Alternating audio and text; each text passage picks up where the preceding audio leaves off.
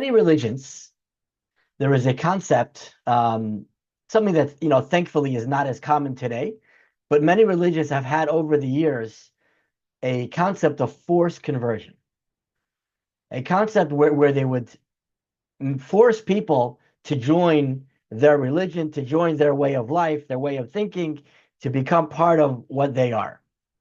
Often at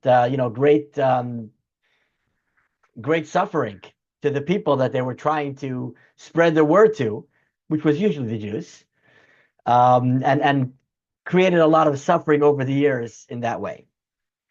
This is something that, as I mentioned, has happened many, many times over the years with many different religions. We're not here to, talk about different religions here, but for the most part, it's something that does not apply. We don't really see this amongst the Jewish people. It's not something that we've ever really done. It's not our way of doing things. We're not trying to force anybody. We're not even really trying to convert anybody at all, but we're certainly not trying to force anybody to join to become part of the Jewish nation. It's something that we try to just teach and show people the path of God. Yet we find something interesting. When we look at the very first Jew, the very first teacher of Judaism, the very first rabbi, so to speak, who was none other than Abraham. Our forefather Abraham was the first Jew, and Abraham had a mission to go out and teach the world about God, about the one God that he discovered, who was the God of the entire world. Abraham had this mission, and we're going to look a little bit about how he went about this mission, how he went about teaching the people about God, and we may be a little bit surprised about his methods, about the way he did things. So let's see. It says in the Torah, in this week's Torah portion, that Abraham, he lived in the desert, and he set up an Eshel. What is an Eshel? What is this Eshel that Abraham set up in the desert? So the Talmud discusses this, and the Talmud gives us two different explanations of what is an Eshel. The first one, an Eshel is an orchard. Abraham prepared an orchard. The other one is, Abraham had a guest house, an inn, a place where people can come and get food and drink and get their needs taken care of, and then they're taken on their way. You see, in either explanation, Abraham, being, as we mentioned, the first Chabad house, he knew, like any good Chabad rabbi out there, he knows that the key to a man's heart is through his stomach, right? That's how we make an impact. You got to give somebody some good food, make them feel good, and then you can talk to them about whatever you want to discuss. So Abraham had a place, a way to feed people. Either it was with this orchard where he grew this delicious fruits, or it was with his guest house where he fed them food and drink and took care of their needs. But either way, Abraham prepared a way to take care of guests, to give them what they need, so that he could then teach them about God, about Judaism. This was his way of spreading the good word, right? He didn't go and build a shul, build a community center. He didn't go out and try to, he just built a way to connect with people over food. That was his way of doing things. In general, Abraham was all about chesed, was all about kindness. His character was all about giving. And so this was fit right in. It was perfect for him, a way of giving, a way of being kind to people, and also a way of connecting people with God. So how did he do that? What was his method? Somebody came in, a traveler was passing through, and they see, this big neon sign with arrows pointing this way for a good lunch. Come join us here in the tent. Traveler would come into the tent. Abraham would welcome them warmly, invite them in, take off your shoes, relax, bring them a delicious meal of bread and wine and meat, all kinds of delicacies, middle of the desert, the middle of nowhere. Give them all their needs. Everything was great. It was fantastic. At the end of the meal, the guest was like, wow, thank you so much. That was delicious. What's my bill? How much do I owe you? Thank you for the delicious meal.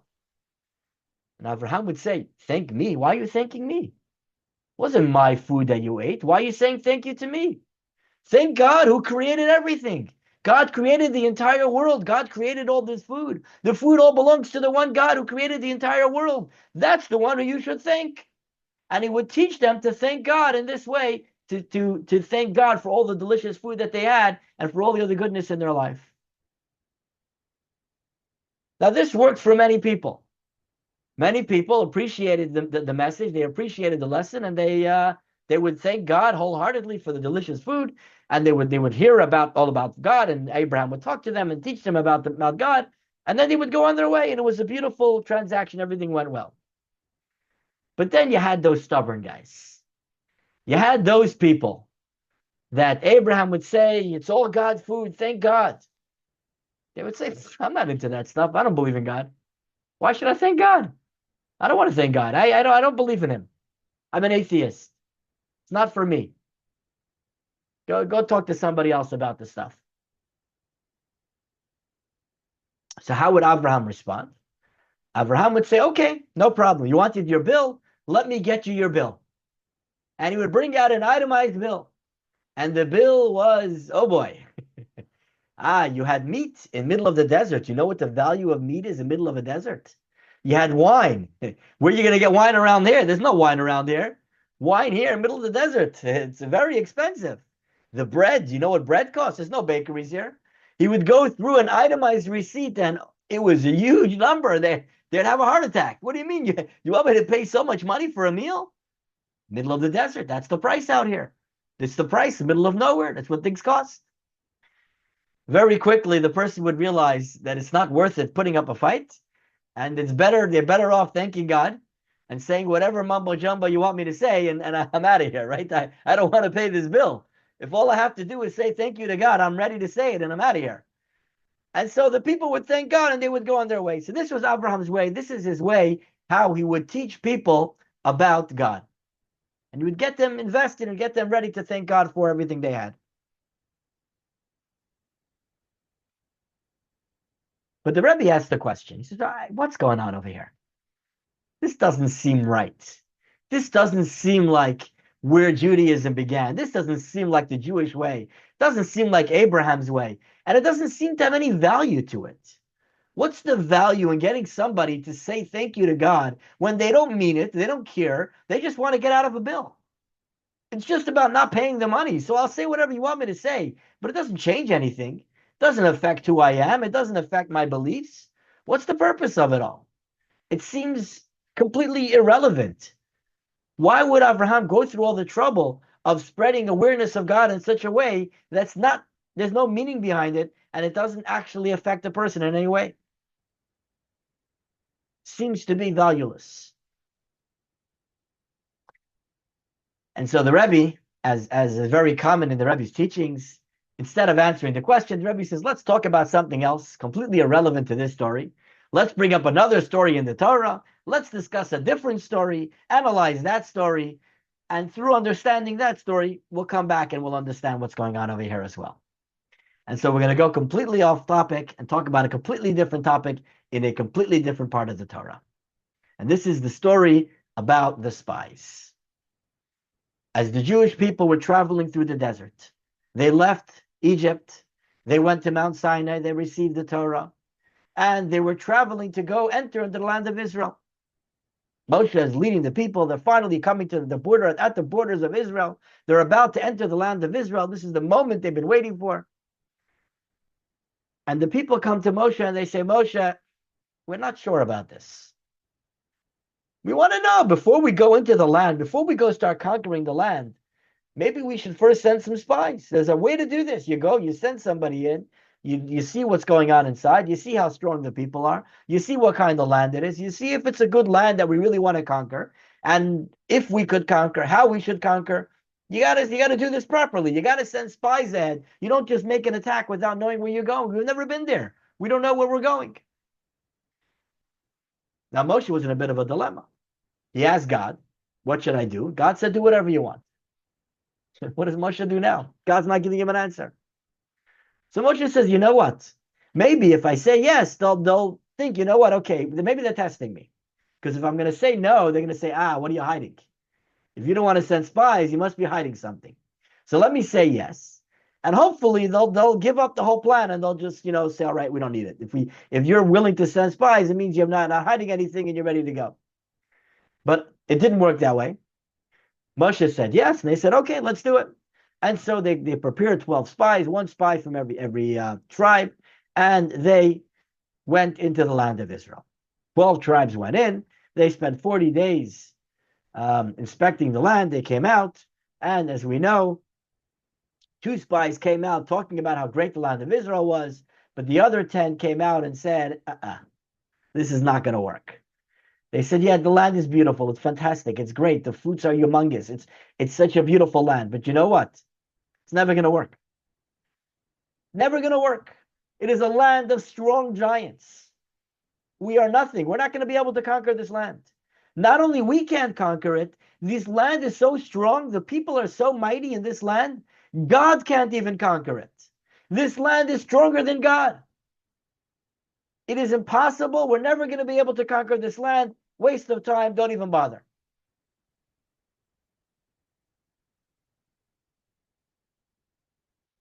This was the message the spies came back with.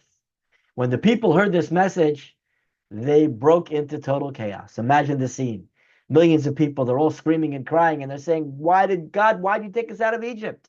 In Egypt, we were survived. We were working hard, but we had a good life for the most part. Not that they did, but it was always, hindsight is always looking good, right? So they're looking back and they're saying, here we're going to go into the land. We're going to go into this war. We're going to get slaughtered. We're not going to make it. We can't conquer this land. Why did you bring us here to die here? Leave us alone in Egypt. Why'd you bring us through here, take us to all this trouble to only die here in a war? We're not interested. And so they screamed and they cried all night. God heard their cries. God got very upset. Hashem said, what is this? Here I am trying to give them the greatest gift. I'm trying to bring them into the land of Israel. And this is how they respond. They don't want to they don't want to come into the land, get this beautiful land. He says, listen, Moshe, forget it. Tell the people their request has been granted. They got what they wanted. They don't want to go into the land? No problem.